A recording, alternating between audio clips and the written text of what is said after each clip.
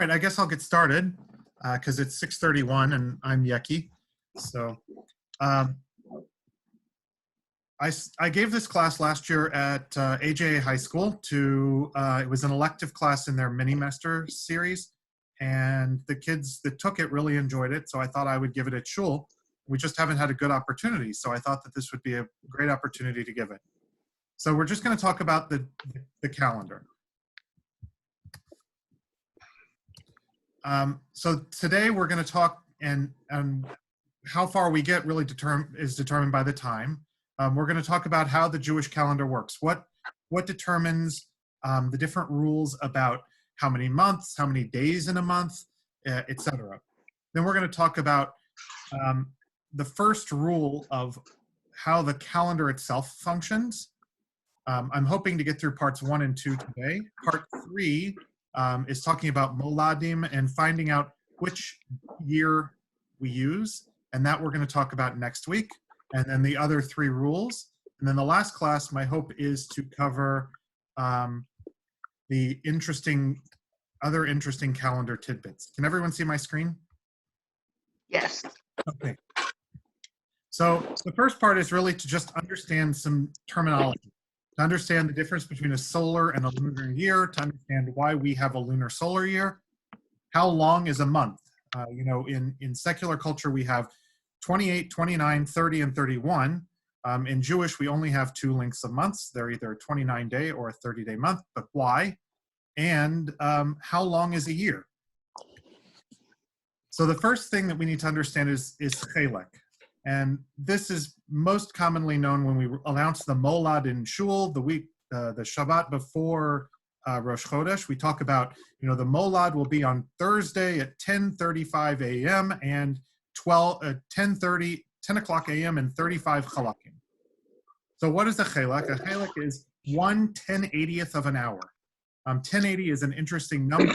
It's divisible by a ton of things. And it roughly corresponds to 3 1/3 seconds. So if you multiply 1080 by 3 1/3, you get to 60 minutes, which is 1,440 seconds in an hour. And the second thing is an eclipse. And the eclipse is very interesting because I would have thought that it would be very difficult to actually determine how long a lunar month is.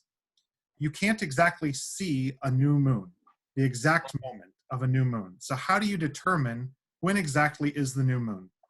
And the way that they determined that, the rabbis discovered and knew that a solar eclipse, as you can see in this diagram on the right-hand side, the solar eclipse always has to happen at exactly the moment of a new moon. So when the sunlight is passing through the moon and does not reach the earth, that is a solar eclipse. And that always has to happen when the moon is directly opposite of the earth from the sun. It's directly in the way. Versus a lunar eclipse, which always happens when the earth is in the way of the sunlight hitting the moon. And so therefore, the lunar eclipse always happens at a full moon. So if you know when a solar eclipse happens, and you divide the number of months that have happened since the last solar eclipse, you can actually figure out and calculate exactly how long a lunar month is. And so I was really impressed with the ability of them to figure that out. Does everyone understand that? Yes. Yes. Okay. So the next question really is, why do we have leap years? So the length of a solar year at the time of the rabbis was a Julian year, is exactly 365.25 days. That has since been changed under the Gregorian calendar, but for the purposes of this, we're going to use the Julian calendar. Rav Ada had a different calculation of 365 days, 5 hours and 998 chalakim, which corresponds to exactly what you see on there. The truth is both of those are too long, but the Rav Ada is much closer. But they were very close on the length of a lunar year. One lunar month is exactly 29 days, 12 hours, and 793 chalakim, which is roughly 29 days, 12 hours, 44 minutes, and 3 1/3 seconds. And if you multiply that by 12, even back then they had 12 months, you get to 354 days, 8 hours, and 876 chalakim. which is about 11 days shorter than a solar year. So if we didn't have leap years, you would have the idea of what happens in the Muslim calendar. Ramadan and all of their other holidays actually rotate around the calendar about every 11 days. They lose 11 days, so the holiday becomes 11 days earlier every single year, and they're okay with that. They don't care if Ramadan happens in the summer, and they don't care if Ramadan happens in the winter. But we, on the other hand, have the Torah. The Torah tells us that Pesach must be in Chodesh HaAviv, which means that it must be in the spring. So we have to figure out a way to keep everything in balance. So we add a leap month.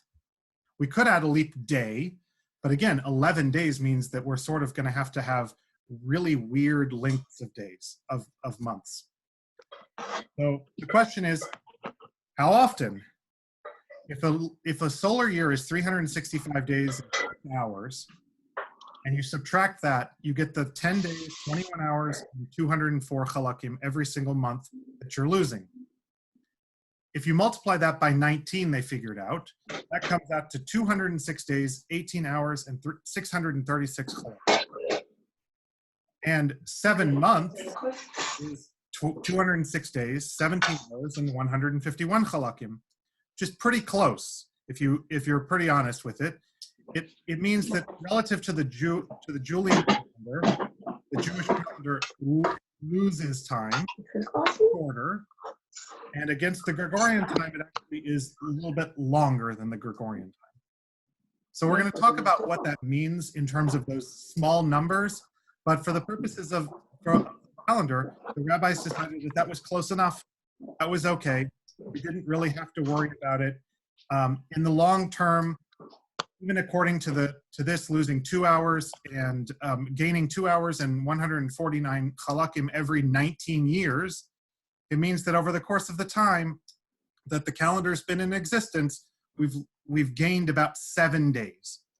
And the rabbi said, okay, we can gain about 7 days, not a problem. So let me just hide my thumbnail video. There we go. Okay. So the question is then when to put those 7 years. And it's a very simple thing. When it gets close to 29 days, 12 hours, and 793 chalakim, it adds a month. So year one, you're 10 days and 21 hours short. The next year, you're 21 days and 18 hours short. The next year, you're 32 days and 16 hours short. So therefore, year 3 is a leap year. The next one is 14. You just keep adding. And so the end result is that the year 3, year 6, year 8. Now notice in year 8, you're actually in negative because you got to 28 days. So you're actually a little bit earlier than you were on year 1. Year 11, 14, 17, and 19. Now, we are currently in year number 4. So that means that we are a little bit later than we were relative to first year. But if you notice last year, it was very, very late. Okay. Okay, so we're in the year 5780, which we pretend that it began in year 1, even though it didn't really. The cycle didn't begin until about the year 400 CE. So 304 cycles of 19 years is 5777, and that was year 1 of the 19 cycle. 5780 is now year 4. And year 4, as we saw before, is not a leap year. So this year, we only have 1 Adar. Next year, we'll also only have 1 Adar, and it'll be very early. The year after will be another leap year, but not as early as it was last year. Okay, so we understand we understand the years, we understand the 19-year cycle, we understand that we have leap years 7 out of every 19 years, but how long is a month, and how often, and how do we determine if this is not an even number? So 29 days, 12 hours would have been very easy. 29 days and 12 hours would mean that exactly half of the months would be 30, and exactly half of the months would be 29. So that you'd end up with exactly that number of days. But that 44 minutes is a problem. So we actually have to have variable length of months. And the rabbis decided to make those Cheshvan and Kislev. So why did they choose Cheshvan and Kislev? It's because Hanukkah is sort of the only day that's determined by those things that's really important to the calendar. And because Hanukkah is 8 days, it's going to happen on every single day of the week anyway. So it's not important what day of the week Hanukkah falls out on. Therefore, Hanukkah can fall out on every day of the week except Wednesday, whereas all the other holidays can only fall out on 4 out of 7 days. And so Hanukkah became the odd man out. I'm going to talk about why there's 4 of those days in a bit. That's the first of the Dechiot, or the rules. And so 29 days, 12 hours, 44 minutes is about 29 days and 12 hours. So they alternate lengths of months. The first month of the year is either Tishrei or Nisan. Either way, it's a 30-day month. And then you go around the calendar just like that. So it looks like this. Tishrei is 30, or Nisan is 30. Cheshvan is either 29 or 30. Kislev is either 29 or 30. Tevet is 29. Shvat is 30. Adar Aleph is 30. Now, the reason that Adar Aleph is always 30 is because 29 days, 12 hours, and 44 minutes is greater than is more than half a day. And so that's why always Adar Aleph is a full month. This is why you have 2 days of Rosh Chodesh when you have a 30-day month. Adar is always 29, Nisan is 30, and et cetera, et cetera, et cetera. And there's always a rule about Elul. Elul, even in the times of the Gemara, was never 30 days. The reason is because you didn't want to have Rosh Hashanah fall out on the last day of Elul, or to have Rosh Hashanah be the first and second after a 30-day month. Sort of everyone understand? If I'm going too fast, please tell me. Okay. Okay. Okay. So now let's talk. Yeah. Can I ask a question, please? Was our calendar representative of other calendars at the same time? Not really. It was determined independently by the rabbis. There were the Zoroastrian calendars, and there were other calendars. I'm not exactly certain about those, but it was not based on the secular calendar. Thank you. Okay. The different lengths of the year. So this is an important thing. So how do we determine which month is 29 and which month is 30, or if both are 30? Cheshvan, if you go back and look at it, Cheshvan right here, should be a 29-day month because it's every other month, and Tishrei was 30, and Kislev should be 30. So we never have Cheshvan 30 and Kislev 29 because you might as well just do it the other way around. And so that's not an option. So you could either have them both be 29. That would be what's called a chaserim, or a deficient year. Cheshvan could be 29 and Kislev could be 30. That's a Kisidron year. That's what's expected. Or it could be a Shlemim year, where both are 30. Both are 30, that's this year and last year. This year, Cheshvan and Kislev both had 30 days. But wait, there's more, okay? So we have leap years and we have regular years. So based on the number of days of the year, and is based on whether or not how long Cheshvan and Kislev are, and if it's a leap year or not. So in a Chaserim year, if both of them are 29, then you end up with 353 days in a non-leap year and 383 days. Because remember, Adar Aleph is always 30 days. And so forth and so on.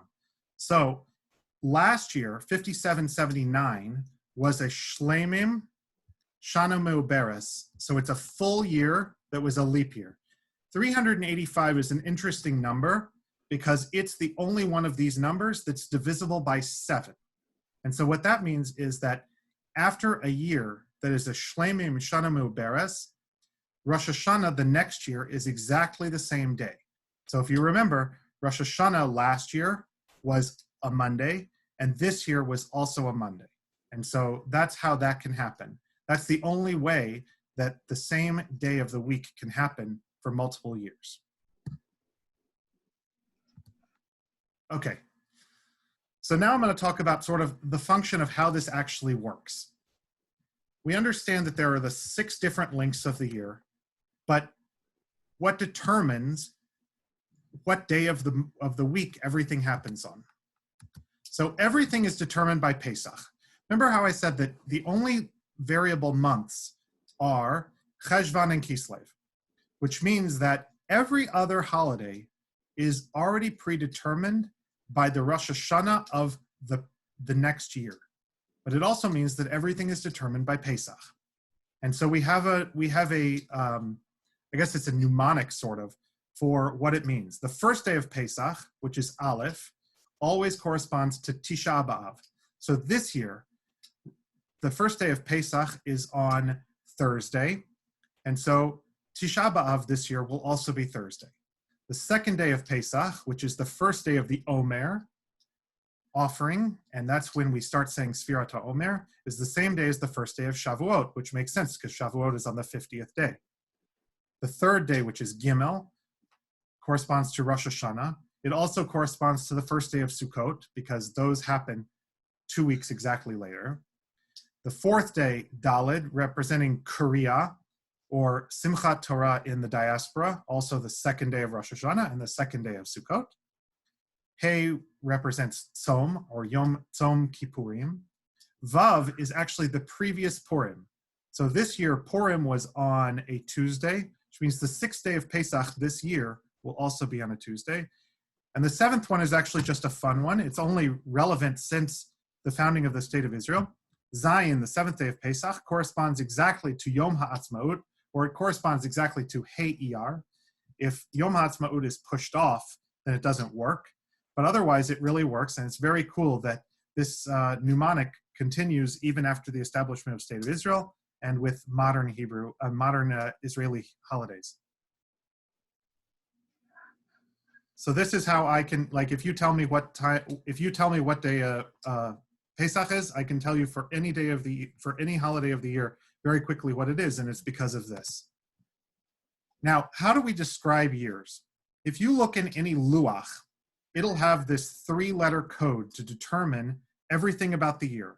And based on this 3-letter code, I can tell you, and anyone with the knowledge can tell you exactly when every single holiday that year will fall in terms of the day of the week.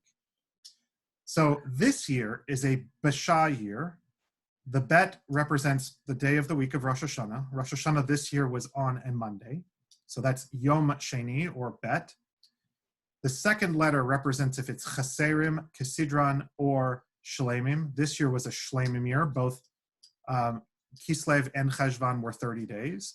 And the Hey represents what day of the week is Pesach. So Pesach this year is on Thursday. It's a Hey. So this year is a Basha year. Last year was a Bashaz year. 5779 was a Bashaz year. So the first rule of what determines our calendar is called Lo Adu Rosh.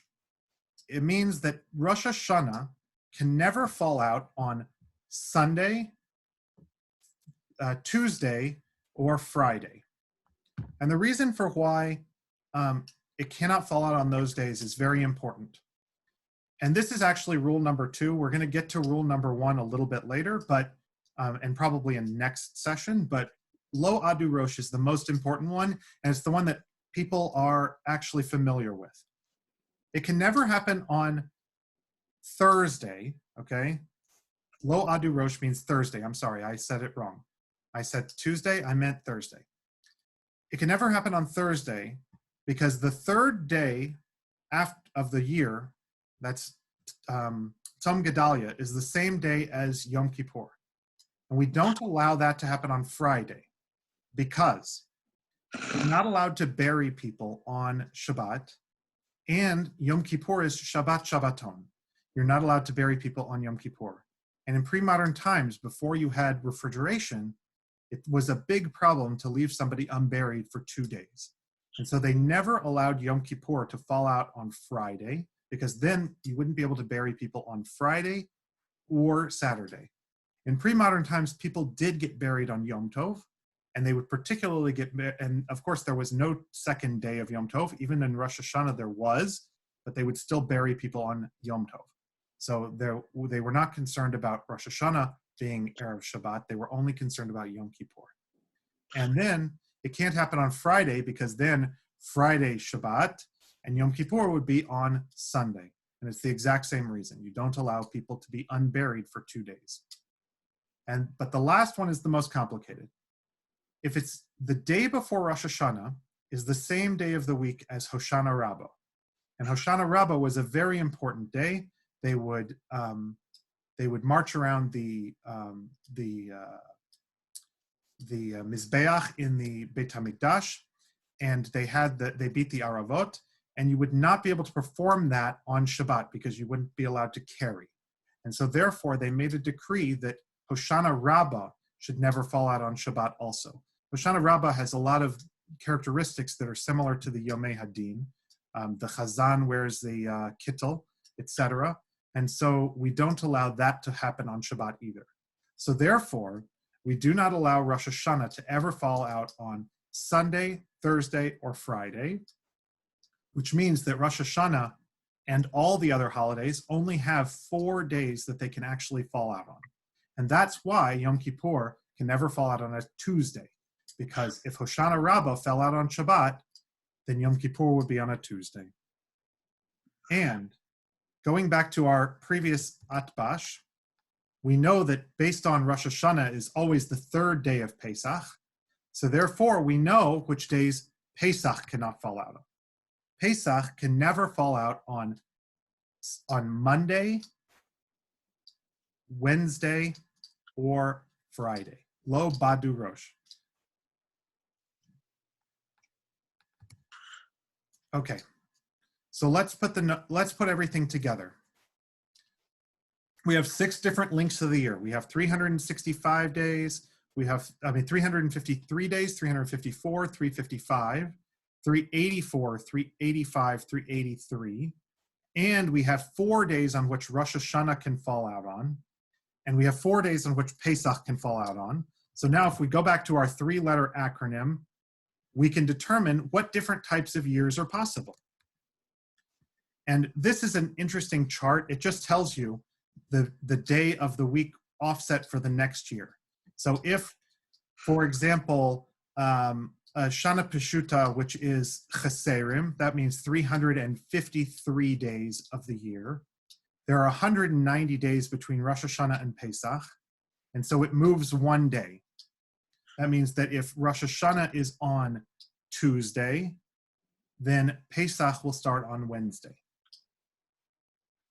And the offset for Rosh Hashanah to Rosh Hashanah, from this Rosh Hashanah to next Rosh Hashanah, is 3. And if you notice on Shleimim, Shana Muberes, it's 7, which means that it's on the same day of the week. Okay, so let's look at the possibilities.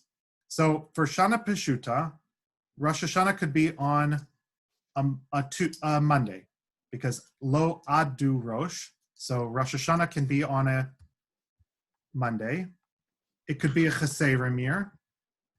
And if that happens, then Pesach is on Gimel, because we learned here that it's a 1-day offset. So therefore, B'chag does not violate Lo Adu Rosh or Lo Badu Pesach, and therefore, that's a valid year. And in fact, we do have that type of year. We have a Bekad year, which is a Monday. It's a Kesidron year, a 354-day year, which means that Pesach is then 2 days later, which means it falls out on Wednesday. Lo Badu Pesach means that this is an invalid combination, because if this happens, the next Rosh Hashanah will be on Friday, and that's not allowed. So we never allow that to happen. So that never happens. A Basha year, that's this year, a Basha year. A Gechad year, that's a Tuesday. Rosh Hashanah falls out on Tuesday with a 1-day push-off for Pesach. Lo Badu Pesach, that's an illegal combination. We don't allow that to ever happen. A Geka year, that can happen. A Geshav year. Vav on Pesach means that Rosh Hashanah will be on a Sunday. We never allow Rosh Hashanah to happen on a Sunday. So anything that has a Vav at the end, we're automatically going to get rid of. That applies to the next case. A Hachaz year. This is actually a very common year. A Hachaz year. which means that Rosh Hashanah is on a Thursday. It's a Kesidron year, so it's 354 days. And Pesach falls out on Zion, which means that Erev Pesach is Friday, and it means that Leil HaSeder is Friday night. That's a totally allowable year. The same applies to all the rest of these. You just go and see if Lo Badu Pesach applies to it or Lo Adu Rosh. There's an interesting case over here, a Gesha year. And a Gesha year never actually happens. It's a technical possibility. It doesn't violate this particular rule, but because of one of the other three rules, this particular case, a Gesha year, never actually happens. So let's go back to Oshana Muberes and just talk about this for a second. A Becha year, that means that Rosh Hashanah is on a Monday. It's a Cheserim year, which means it's 383 days. And the offset is 5. So that means the offset is 3, I'm sorry. The offset is 3. So that means if it's on a Monday, that means that Pesach is on a Thursday. Well, that's allowed. That's okay. Pesach can be on a Thursday. That means that Rosh Hashanah will be on Shabbat, like it is this coming year. A Beshaz year is okay. A Gekaz year is okay. All of these seem to be okay. This Gesha year is really the funky one out of order here. Now, it gets really confusing, and we're actually going to end at the end of this because my time on Zoom is going to expire. But and we'll continue next time. But there's no correspondence between the 19-year cycle, those, 1, 2, and then 3 is a leap year, etc., and the 14 years. There is no order to that at all, except that it repeats every 689,472 years. Please God, we never get to experience that ever. But 689,472 years from now, it will be the exact same arrangement of the year.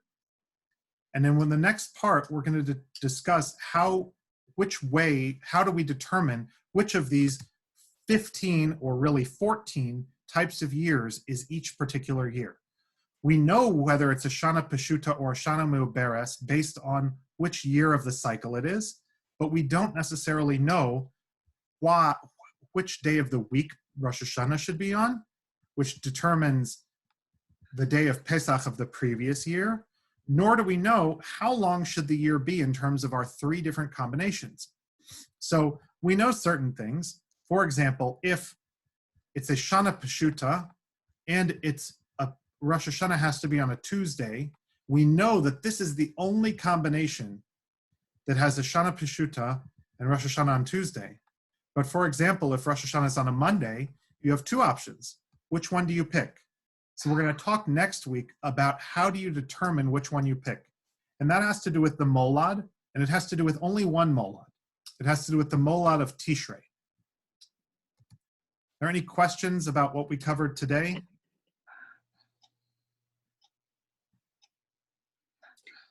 Thanks a lot. That was very interesting. I've been wondering about this for years. It's a very interesting topic. I've read a lot of books about it, and I've done a lot of research about it. It's actually very cool. The most interesting thing that I've actually ever found is that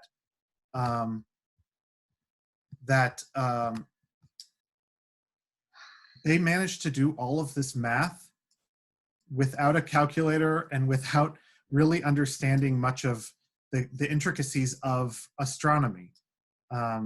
It's a very, very fascinating thing that they were able to do this. And this is the Rebbeim of that time. This is like the year 400. And they were coming up with these complex calculations to be able to know that, for example, that the solar eclipse always happens at a new moon is very interesting. It's not something that if you don't realize that that the earth revolves around the sun, you don't really understand that. It's not necessarily intuitive to understand that. And I found that very fascinating. And the other idea was the whole Julian versus Rav Ada, and just that the Muslim calendar, they don't care. And that's another way of dealing with this, but we have to make it match. So we have the lunar solar calendar. which is not a perfect calendar, but it's pretty darn good considering the technology of the time.